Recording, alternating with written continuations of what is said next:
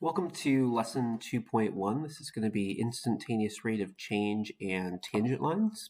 In this lesson, we will consider finding average rate of change of a function. We'll try to calculate instantaneous rate of change using 2 points that are really close together. And we'll want to be able to know the difference between average rate of change and instantaneous rate of change at a single point. So calculus overall we can consider as a study of rates of change. And so we're going to kind of springboard what we've learned in college algebra with average rate of change and use that as a launching pad to this idea of instant rate of change at a singular point. So let's go ahead and consider the average rate of change definition first, and then we'll go from there. So average rate of change we can consider as really the slope of a secant line passing through 2 points. So this average rate of change we can it's really disguised as the slope between 2 points. We would call that the difference in the outputs, f of b minus f of a, divided by the difference in our inputs, b minus a. If you can consider on the right side of this page, we have a little picture of a function f of x and a line that passes through 2 points at x equals a and x equals b. And again, we call this the secant line that passes through those two individual points.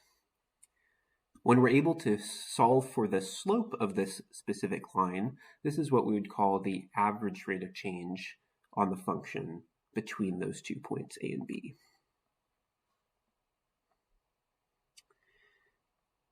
So let's go ahead and consider some examples with two functions. The first function we'll take a look at is going to be considering finding the average rate of change over a given interval for the function f of x, which is 3 times the square root of x plus 2. Notice that when we are given this interval 2 to 7, the interval goes from, again, the point A to B. We'll always go for the interval, and it's always going to be the small value a, and the larger value is going to be our b. So first, we might want to consider what is the change in our output over this interval. So we can first consider what is the functional value at 7. That would be our b value. If we take a look at our functional value, we just evaluate this wherever we see our input variable, and we'll input 7. So we have 3 square root of 7 plus 2, which would reduce down to 3 times the square root of 9, or 3 times 3, which gives us a final output of 9. We can compare this to the input at 2, we'll call that f of 2, and evaluate the function at 2. When we do so, we'll have 3 times the square root of 2 plus 2. And we can again reduce this down. It'll be 3 times 2, or 6, when we finish that up. So now let's take a look at the overall average rate of change for this function. We'd say that this is again going to be the change in our outputs. We call that f of 7. Subtract f of 2. That's kind of like our rise in our slope, divided by 7 minus 2. Those are our two inputs. We call that difference the run. So rise over run. Same idea as slope. So we know these two functional values to be 9 and 6, so we'll have 9 minus 6 divided by the 7 minus 2, and when we simplify this, we'll get the ratio 3 to 5, or 3/5. So 3/5 here we can consider as the secant line slope,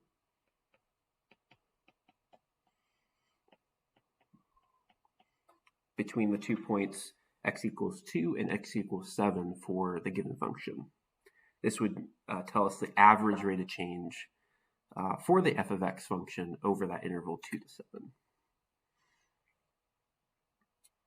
Let's take a look at a second example with this g of x function. We'll notice that this function gives us an interval of 2 to h. This is an open-ended interval that when we evaluate, we'll actually get a function of h for our average rate of change. So let's consider how that would work. We'll again want to consider the functional values at both of our endpoints. We'll start with 2. H of 2, we'll just evaluate our function at 2.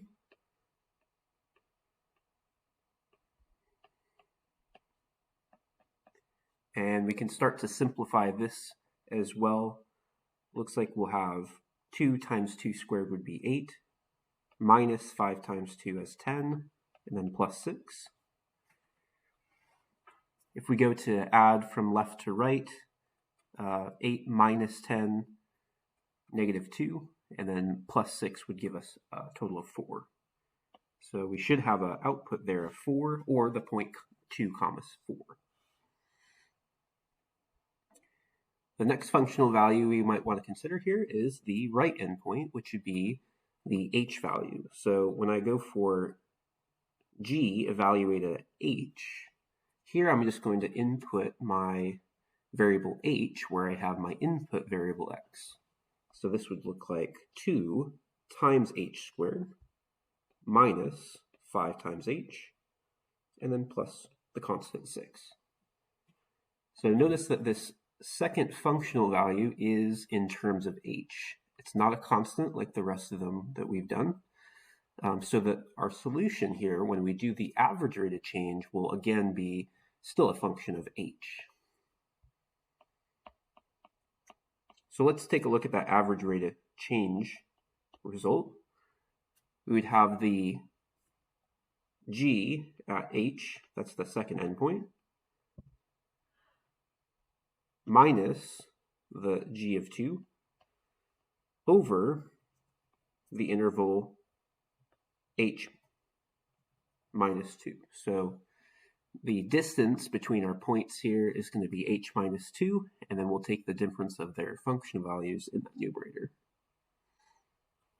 So putting these two functional values in place, we have 2h squared minus 5h plus 6, and then subtract our g of 2, which happens to be 4,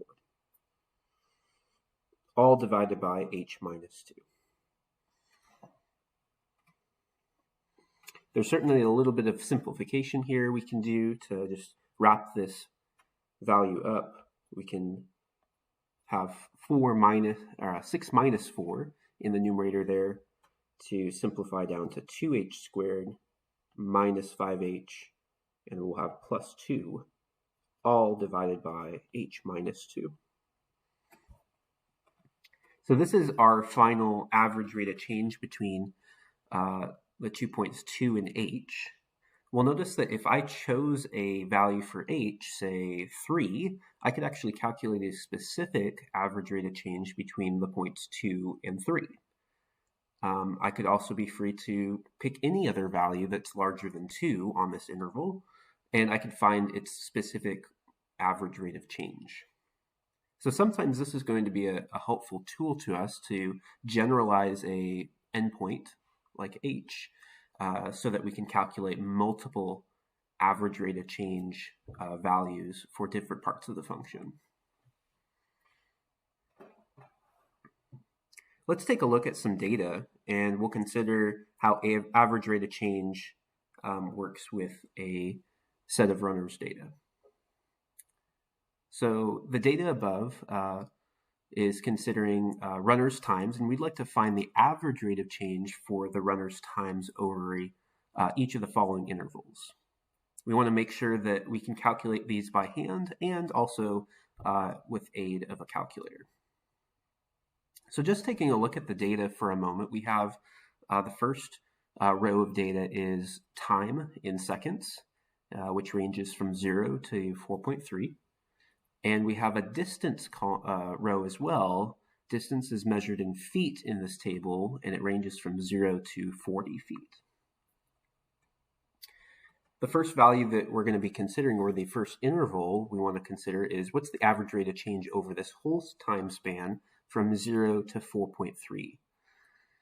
Notice that these values here correspond with the time. This might be a clue to us that time here is going to be our input variable. If time is our input variable, we can consider that average rate of change in this case would be described as the feet, or the distance that we travel, per second.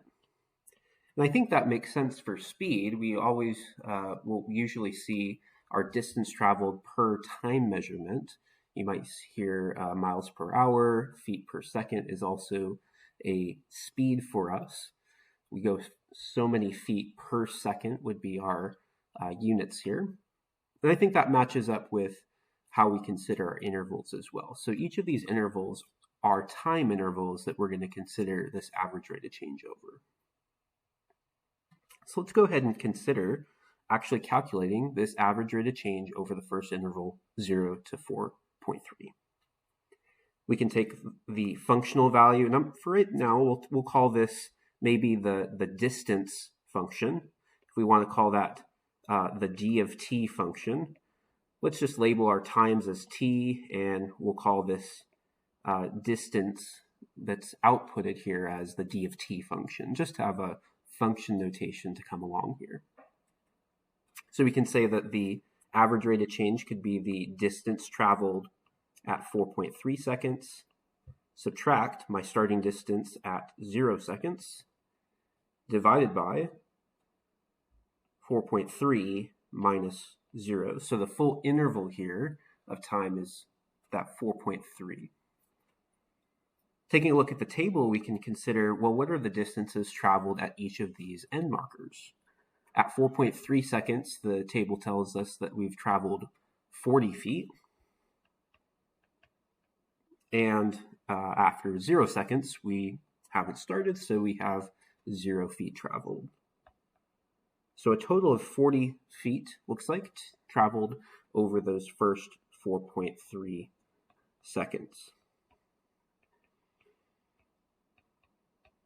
So to calculate that final, we'll just round this result to a couple decimal places. If you consider putting this in our calculator to finish this off, we would have the total of 9.30 if we round to 2 decimal places. And this label should be feet per second. So we are creating these average speeds, or average rates of change, over these intervals. Now, go ahead and consider each of the next values. I'll give you guys a few minutes to consider these, so you can pause the video at this moment and see if you can fill in the details for part B and part E. We'll start this up in just a minute, and we'll take a look at the results. All right, so we are back, and we have the table filled in here. Hopefully we got some similar values to what we got here. Let's take a look at the next couple questions and consider analyzing this group of results. So part F says, describe the meaning of each of the average rates of change found above. Well, one way we can describe these average rate of change values is these describe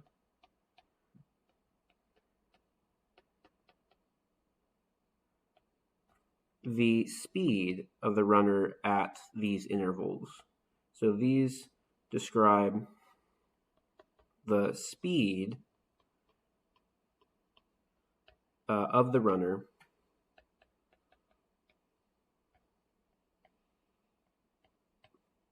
on each interval. And we'll just notice here that the intervals that we're taking a look at, the first one is the full length 0 to 4.3 seconds. Each subsequent interval here, going down to part E, are shorter and shorter intervals further and further down the race. And another thing that we can consider noticing is that look looks like the speed of the runner is increasing over each of these intervals, meaning that the further down in the race they get, the faster it looks like their average speed is.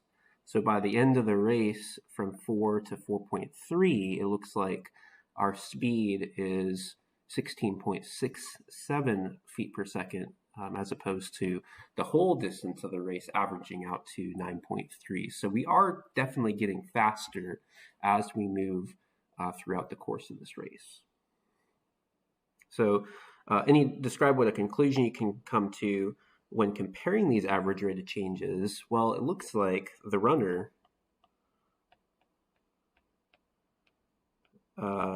runner's speed is increasing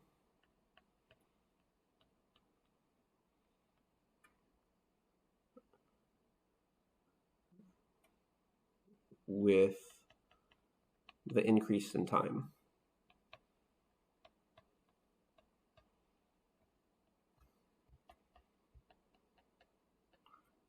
So as we get further and further into that race, it looks like our speed overall is actually increasing.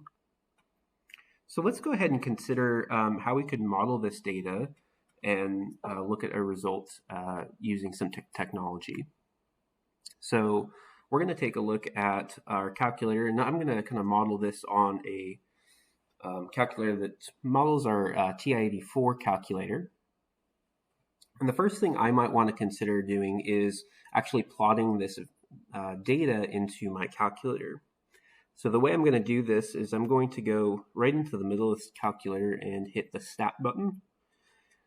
And once we hit our Stat button, we'll want to just do the Edit data here. And I've already put in this data. L1 is our times in seconds, so 0 through 4.3. And L2 is representing our distance traveled from 0 to 40 in feet.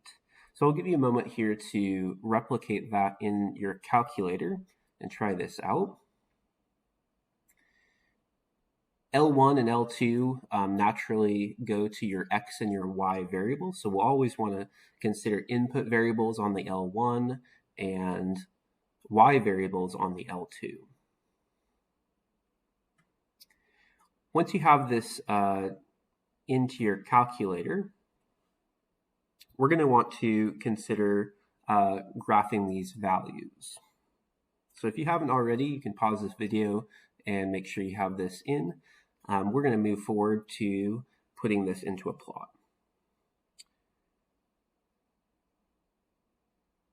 So I'm going to go ahead and just clear the window here, and then we're going to consider working with our plot. So I'm going to go to second, and then stat plot, which is the y equals. If you consider this plot 1, I want this plot 1 to be on. It doesn't matter what color your values are. I've just chosen red here, and I've chosen a scatter plot, which is the first option. I've considered marking these with a solid marker, and then my X list is the L1, and my Y list is L2. That should be standard in your calculator already, so you shouldn't have to change that value. So that should be on and displayed as a scatter plot. So once we have that, I'm going to go ahead and clear that out. You don't necessarily need anything on any of the other windows. And I'm just going to go ahead and graph. And once I graph this, you'll notice that we have our data here in our window. If we don't have our window dialed in here, we might need to take a look at the window button here. I've just gone ahead and made our X mins and max from -2 to 5, since we're going from 0 to 4.3 seconds. And then our Y's from -2 to 45, since our distances will be trapped between those. So taking a look at our Y values, that would be where we want our Y min and Y max around. So I'll go back to that graph, and we can kind of see that this data has kind of a curvature to it, an increasing curvature. It almost looks like one side of a parabola here, if that parabola started at 0, 0. So when I consider modeling this data, it might be helpful to model this as a quadratic. It doesn't look quite linear in nature, so a quadratic model might fit this the best.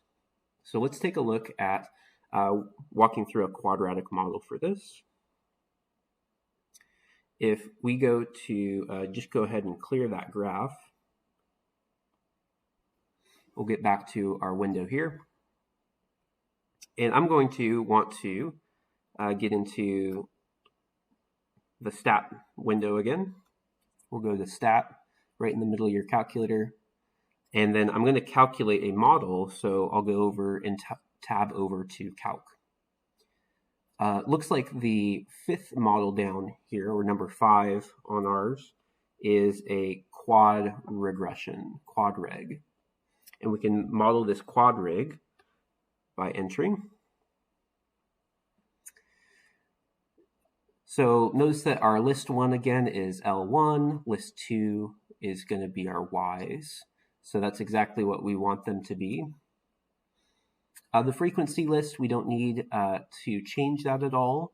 If you do want to be able to see this graphed with your values, we can actually store this regression in our variables.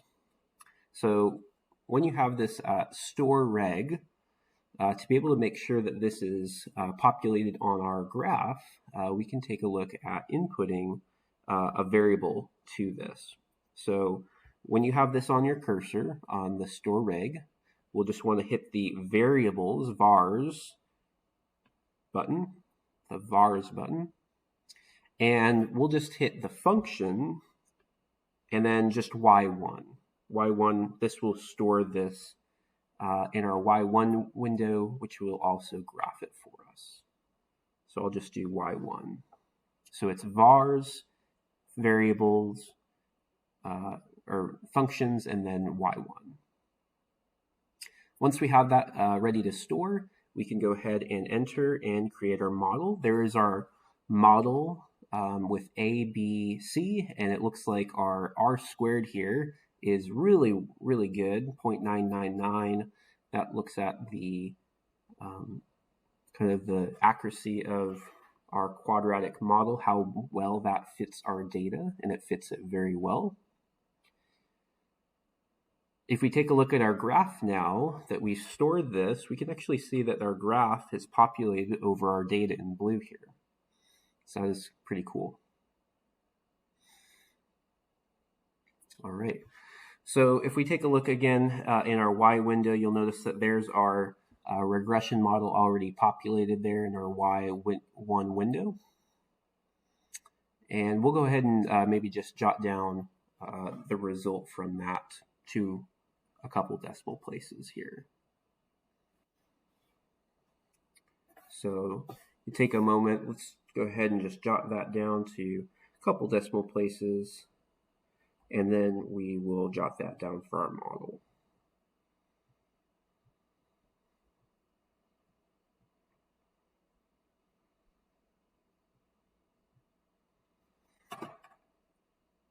So I'm going to go back to our notes here, and then we can take a look at showing this model. So here's our model. We'll just call this as our y, 1.84x squared plus 1.41x, and then maybe 0.010. And again, this would model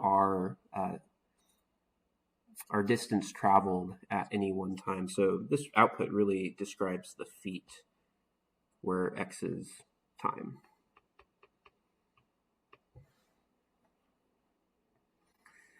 All right. So that's a little bit of work with regression models and a little bit of helpful things with functions. We'll take a look at working with that calculator a little bit more when wanting to calculate specific values. I'll show you guys a few key tricks you can use with your TI-84 calculator.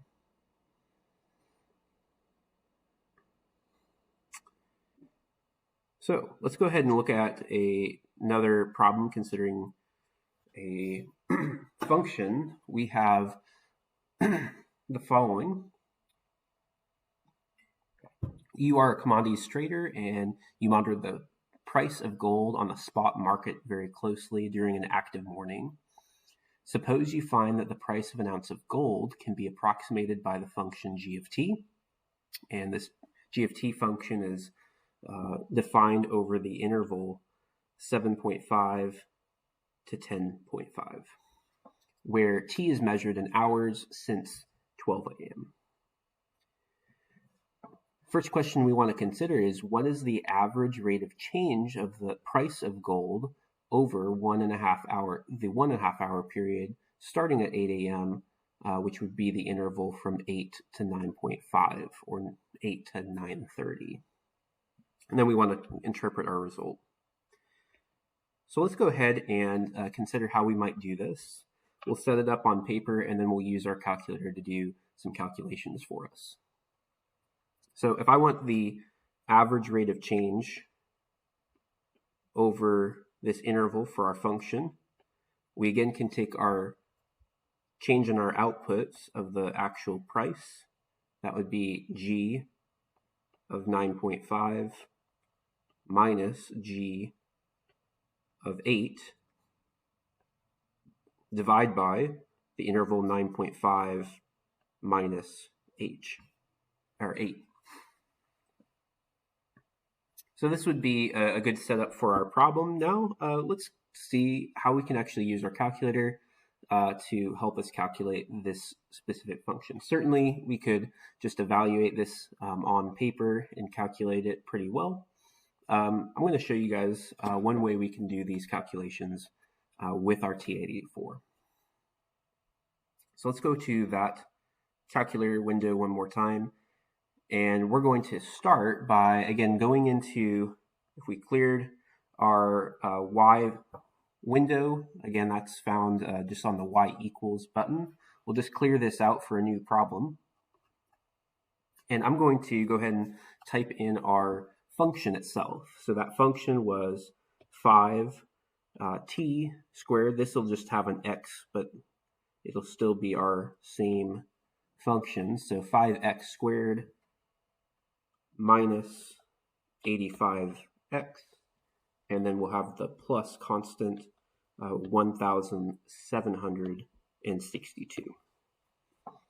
So there is my function ready to go.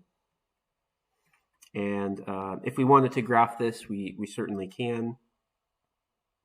We'd have to change our windows here if we go back to our stat plot and just turn that off for now. We can go back to our graph cleared out. The graph is not necessarily super important for us here, so I'm going to just go back to the table here and consider evaluating values. So you might have a table at this point that has actual x values and y values. I want to actually go and be able to choose the x values that I input. So what I'm going to do is, if we go ahead and just clear out, we can actually change our table so that we can choose the values I want to evaluate in the function. So I'm going to go to second window, which is the table set. So it's second window. And I'm going to change this input to ask. So notice that we have the input is an ask and then the dependent is auto. So it will fill it in for us. This will allow us to choose specific inputs to be able to calculate through the table itself. So again, to get to that second window, and then we want the input to be ask. And then I'll just enter that. We can go back to our graph and clear that. So now I'm going to go back to our table. That would be the second graph. Second graph would get me to the table.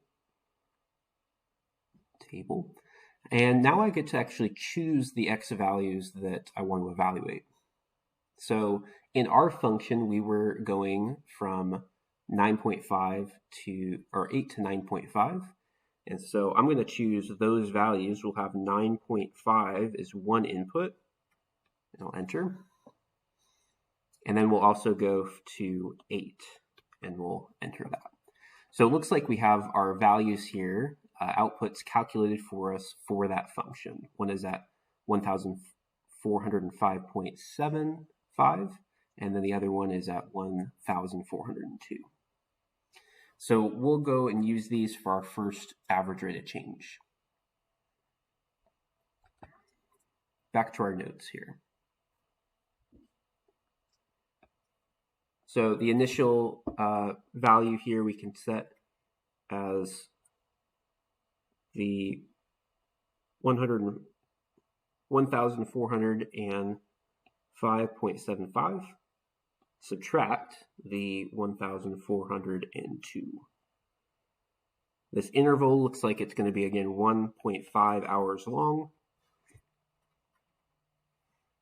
And then with a final calculation, if we put this into our calculator, we'll go ahead and find that this results in an average of 2.5 or 250 per hour. This is a rate again.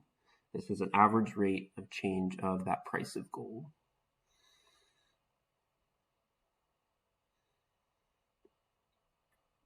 All right. So let's go ahead and consider interpreting this result. So this is, again, the price of an ounce of gold here. So this is the spot price of an ounce of gold. And so let's go and make an interpretation statement. This would tell us that in this time interval, the price of an ounce of gold looks like increasing by $2.50 per hour of time. So let's write that out. That the price of an ounce of gold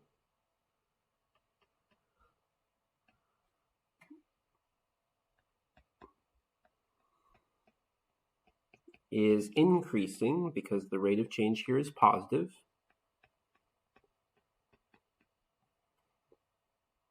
On average,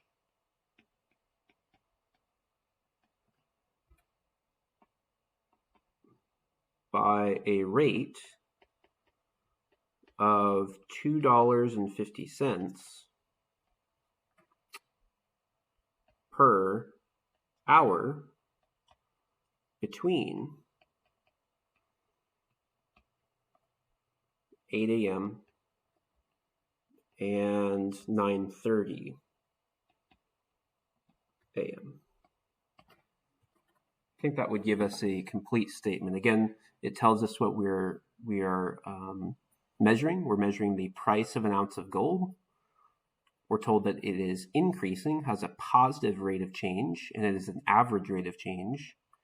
And we are told what the average rate of change is. So it is an average rate of change of $2.50 per hour between the times of 8 a.m. and 9:30 a.m. So that would give us all the information needed to consider that rate of change. Let's go ahead and continue and take a look at considering some smaller intervals. Let's go ahead and find the average rate of change of the g of t function over these smaller intervals. And we want to consider what does our solution, or do our solutions tell you about the instantaneous rate of change of the price of gold at 8 a.m. So notice these intervals, we're going from 8 to 8.1, that would be like 0.1 of an hour, 8 to 8.01, and then we'll go to 8 to 8.001. So let's go ahead and just set up the calculations, and then we'll use our calculator to consider them. So the first one, we can say that this rate of change is going to be the price at 8.1, subtract the price at 8 o'clock, divided by 8.1 minus 8. We'll notice that we're going to need the functional values here for 8.1, 8.01, and then finally 8.001. So let's go ahead and, as we're filling in this first one, we'll also find the functional values for those last endpoints. So let's go back to our table here that we still have open up. And I'm going to go ahead and find these new endpoints. So we already have the functional value at 8. Next, we can consider what's the functional value here at 8.1. We'll find it there. We have 8.01. And then finally, 8.001.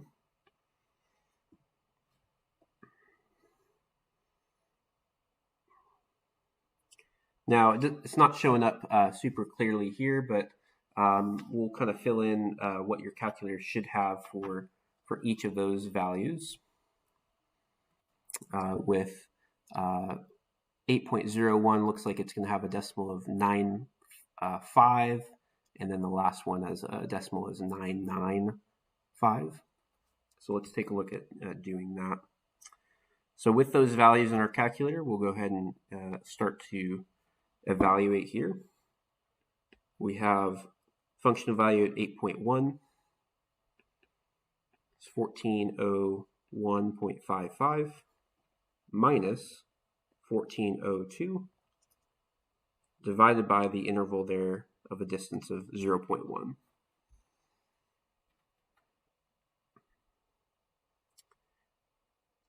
If we consider the result from this, this will be approximately, rounding in the nearest cent, negative $4.50. Again, this is an average rate of change per hour for that time span.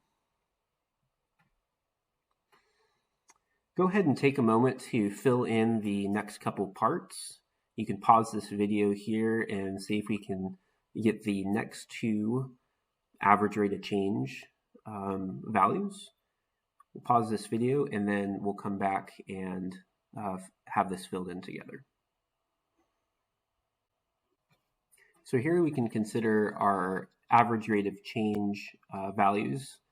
Looks like we are approaching this negative $5 per hour as this interval gets closer, or smaller and smaller, and closer to this 8 a.m. So we can use this progression here to consider what the instantaneous rate of change might be close to at 8 a.m. So let's maybe take a minute to write a conclusion about what's the actual instantaneous rate of change of this price of gold. We can say that the instantaneous rate of change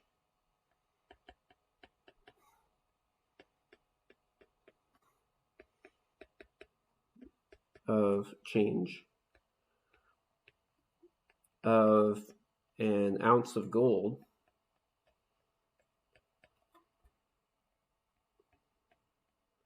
is approximately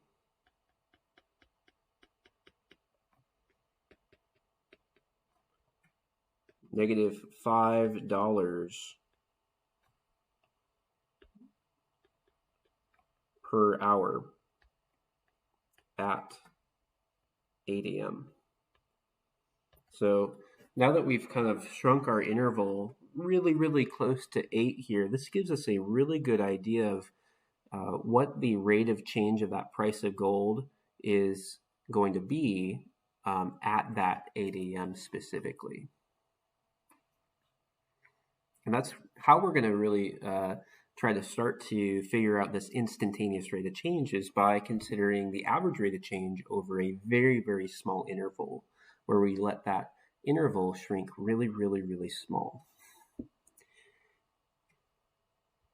So one way we can consider this is taking a look at this average rate of change formula and considering the average rate of change from a small interval, a to a plus h, where again h, this value, is some small value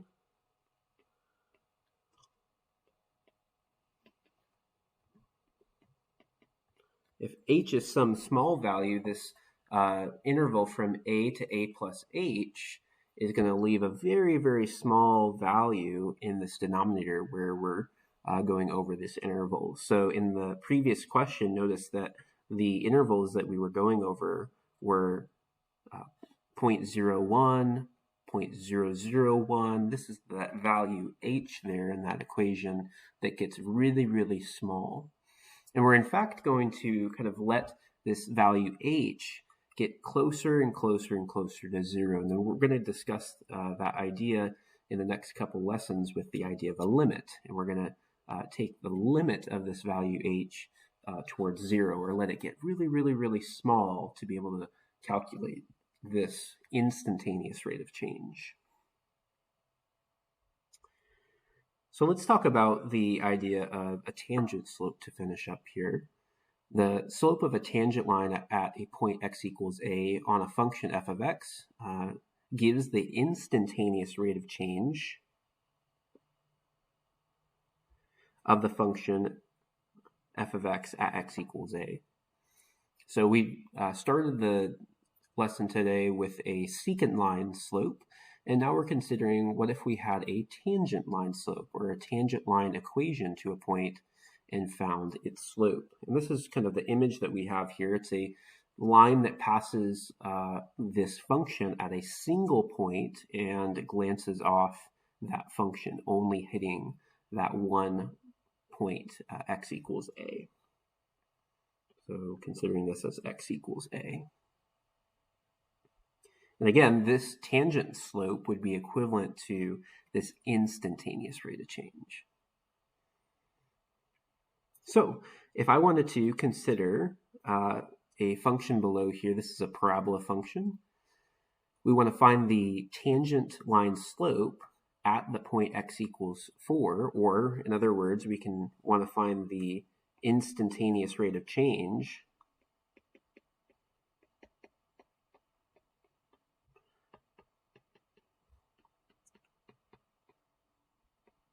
at this point x equals 4.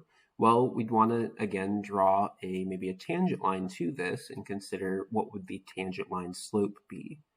So sometimes we call this little m tangent, just to distinguish between that and other slope values.